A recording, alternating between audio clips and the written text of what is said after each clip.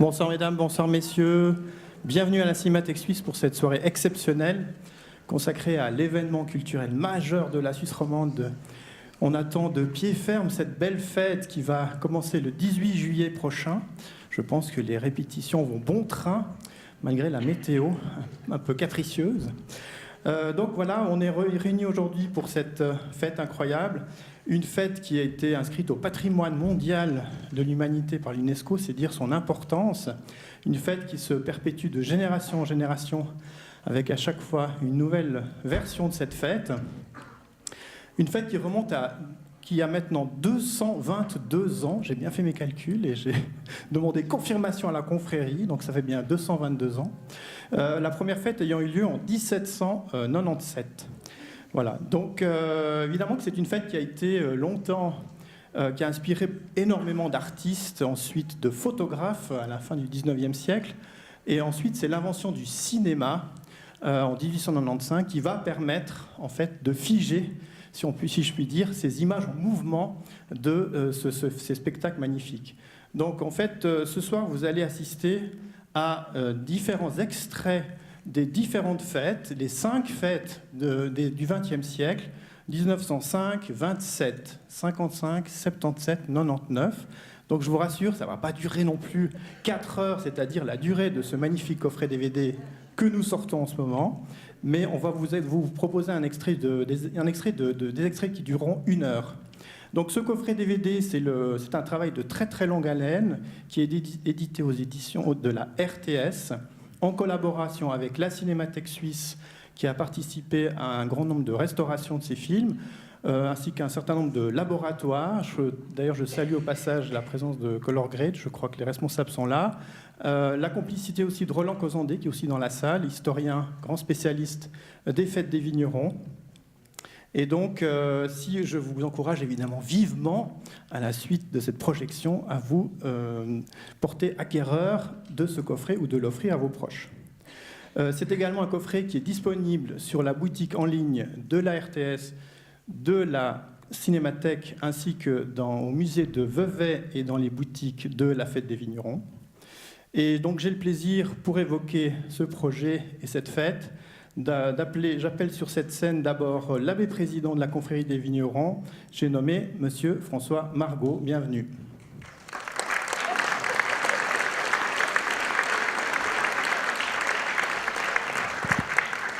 Ça marche, le micro fonctionne. Mesdames et messieurs, dans quelques mois, mais peu de mois, dans quelques jours, sur la place du marché à Vevey seront distingués, couronnés les meilleurs vignerons tâcherons de cette région qui s'étend depuis les portes de Lausanne jusqu'à l'abbaye de Saint-Maurice. Aujourd'hui, c'est l'image, icône de notre temps, qui est distinguée.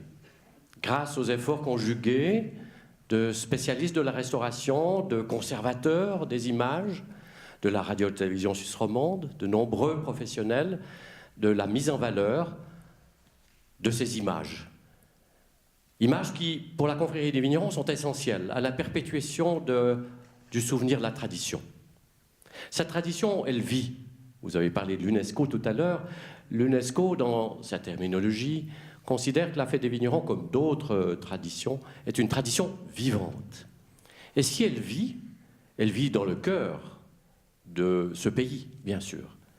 Mais elle vit aussi parce qu'elle est matérialisée par l'image, par tous ces témoignages visuels qui sont devenus des icônes de notre temps, depuis le tournant du XXe siècle, surtout, un peu avant, mais surtout après. Et je me réjouis de penser que vous contribuez, nous contribuons tous à la perpétuation de cette mémoire qui rend hommage à l'œil, plus qu'à l'oreille, mais qui flatte tout autant le sentiment, l'affect et le cœur. Et je m'en réjouis avec vous ce soir. Merci. Merci infiniment.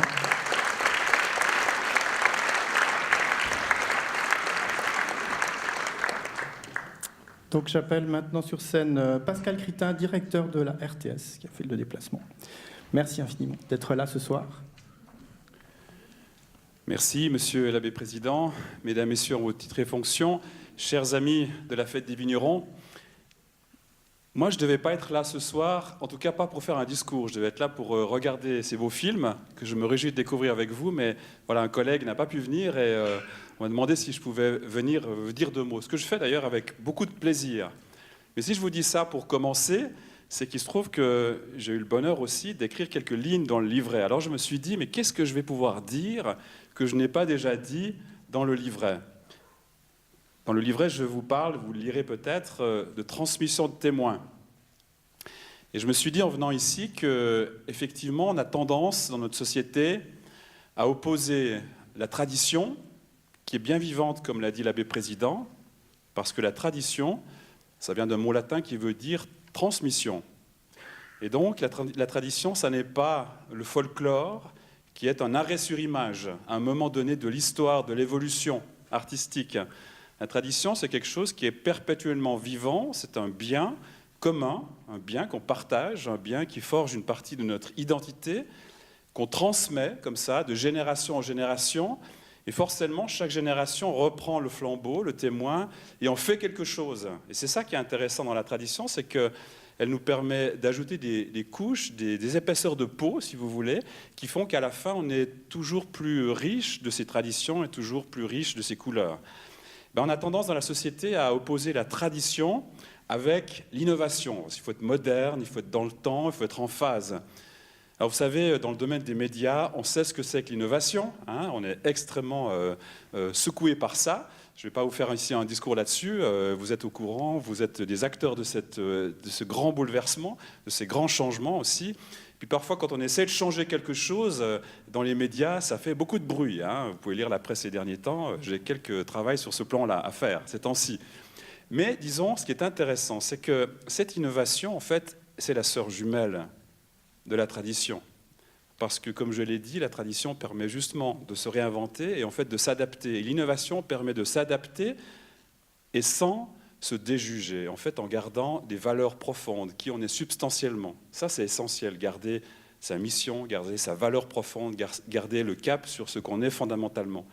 Alors j'aimerais dire ici, pour terminer, que je crois que la fête des vignerons et celles et ceux qui sont porteuses de ce témoin universel, enfin en tout cas local et universel qu'est la fête des vignerons, la confrérie des vignerons, sont vraiment des passeurs de tradition et d'innovation. J'ai eu la chance de suivre un peu l'évolution qui a été celle de la fête des vignerons qui va éclore bientôt. Je peux vous dire que c'est incroyable à quel point cette confrérie est capable d'innover, de se remettre en question, de se poser des questions, mais dans le fond, de toujours garder comme un moteur perpétuel ce qui est cette longue tradition, cette lignée qui nous porte en avant. Alors nous, à la RTS, qui sommes aussi gardiens de tradition, de toutes ces images qui ont fait notre passé et qui vont construire notre présent et notre futur. On est ici très heureux, et avec mes collègues qui sont ici, qui ont contribué à ce DVD, avec la confrérie des vignerons, avec la Cinémathèque suisse, de vous partager aussi maintenant quelques-uns de ces trésors d'images qui sont notre patrimoine à nous tous et notre histoire commune. Merci.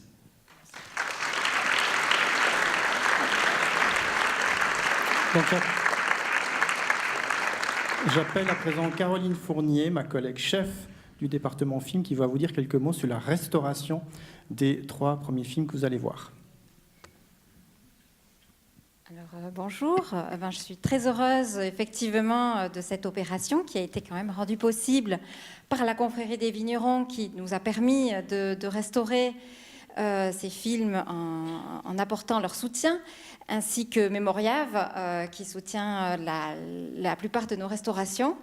Donc pour nous c'est vraiment important ce travail parce que et vous allez le voir ce soir, c'est un petit peu une histoire du cinéma qui s'écrit dans les différentes éditions, puisqu'on va voir des films extrêmement différents, avec des techniques différentes, avec des couleurs ou des noirs et blancs, donc vraiment une histoire complète de l'art cinématographique. Donc c'est vrai que là encore, on peut voir que à chaque édition, il y a tout un travail sur l'innovation comme le disait mon précédent locuteur.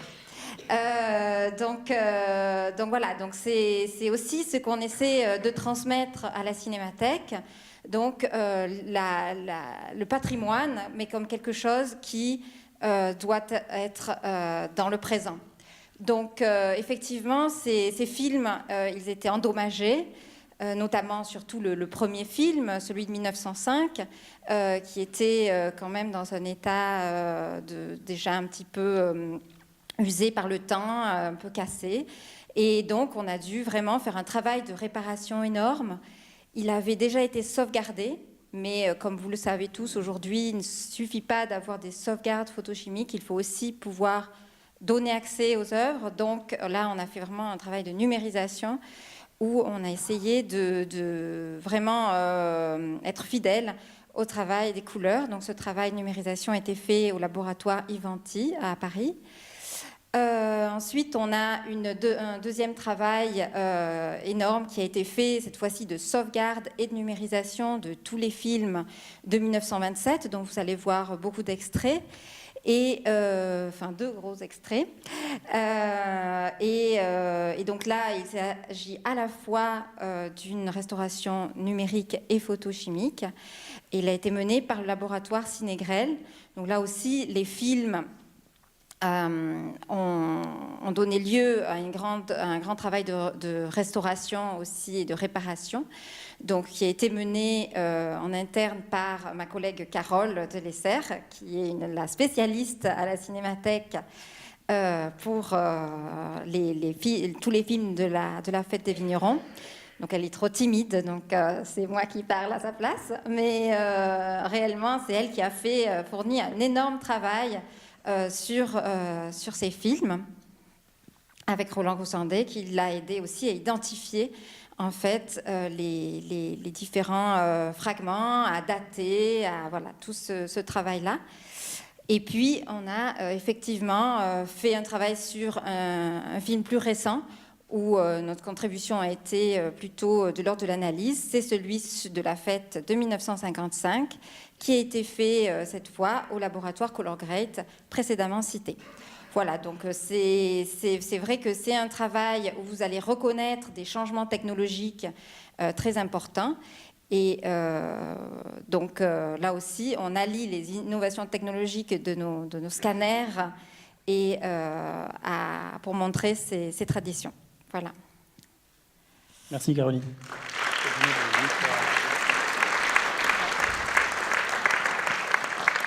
Donc en résumé, vous allez voir, donc, le film de 1905, c'est l'intégralité du film, mais ce n'est pas l'intégralité du spectacle, mais c'est les seuls extraits qu'on ait, mais qui est vraiment magnifique et coloré au pochoir, vous verrez, c'est très spectaculaire. Et le film de 1927, 2 extraits, celui de l'été ainsi que la construction des arènes. Et on a voulu, pour cet événement, accompagner ces images qui sont muettes de Enrico Camponovo, que je remercie infiniment, qui est là également pour accompagner les films au piano, comme à l'époque. Vous verrez ensuite le film de 55, qui est très très beau et qui dure à peu près 15 minutes, le film de Jean Guéret. Et ensuite, vous verrez des archives de la RTS. Pour 1977, vous verrez 2 reportages assez courts. Un reportage sur la recherche de l'Armaï qui va chanter le Lioba. Vous aurez sans peine, sans difficulté, vous allez découvrir qui c'est. Et puis le deuxième reportage que vous verrez, c'est des répétitions dans les coulisses et ainsi que aussi les constructions de l'arène. Et puis pour 99, pour finir en beauté, ce sera le tableau L'Automne, qui est vraiment magnifique. Et puis j'en profite pour remercier la confrérie des Vignerons parce que la première fête à laquelle j'ai assisté, c'est en 99, c'était le 11 août, je m'en souviens très très bien, puisque c'était l'éclipse solaire, je crois que c'est la seule éclipse solaire du siècle, et c'était vraiment un moment magique. Donc je me réjouis beaucoup de la nouvelle édition.